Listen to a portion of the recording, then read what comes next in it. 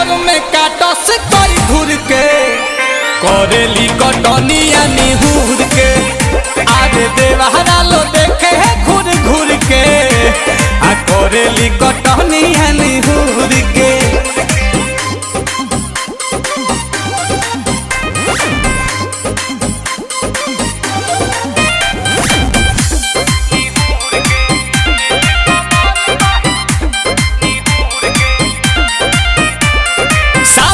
से पहिले लगाव तारी पात हमर भौजी हो ससुरो भसुरावा से नइखी शरमा हमर भौजी हो।